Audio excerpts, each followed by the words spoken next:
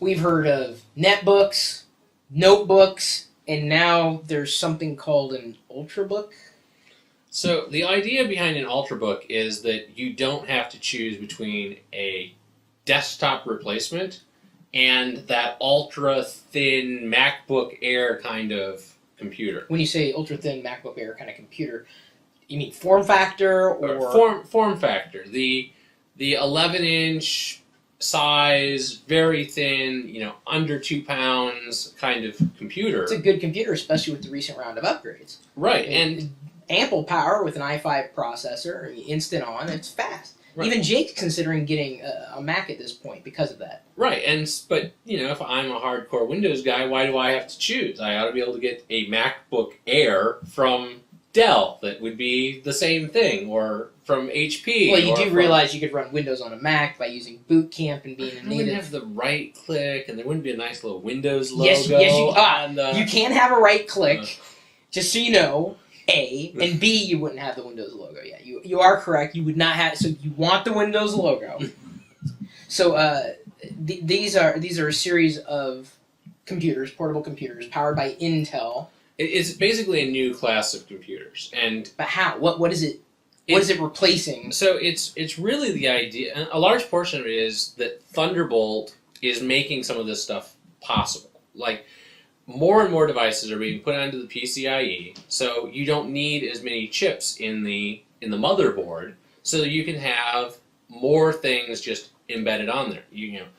And as Intel's getting better at combining things in a chip, you're getting smaller wireless cards, you're getting smaller hard drive controllers because of these things, and so you're just able to build a thinner, lighter computer. That's fast. Yeah. Because you can still run things like the i5 and the i7 that support dynamic clocking, so they can run very low power modes when they aren't being used, and they still have the ability to burst up, and by putting them in a nice big aluminum enclosure, the whole thing's a heat sink, and life's just kind of, happy. We're getting to where we should have been. Netbooks were always great because you could take them anywhere. Right. But they sucked because you couldn't play a game, you couldn't really watch a movie on some of the early ones. They were underpowered. Wildly underpowered. Right. And everyone loves the, 8 hours of battery life, and that's now starting to be possible in more powerful computers. So, as Jake had pointed out before the video, it's kind of like the closest thing, well, at least the MacBook Air, and maybe specifically these Ultrabooks, like an iPad that has a keyboard and more power.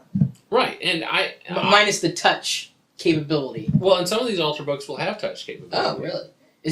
That's hardware supported? Is it? That's a display thing. Fujitsu has announced that they're going to have a touch supported. When they say touch, Ultrabook.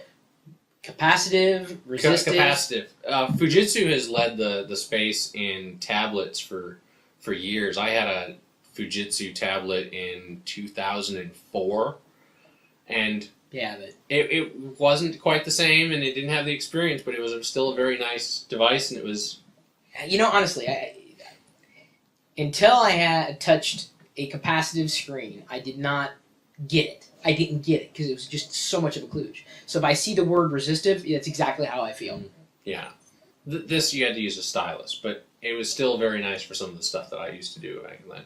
All right, so this is possibly the next big thing. I think Ultrabooks are the next big thing.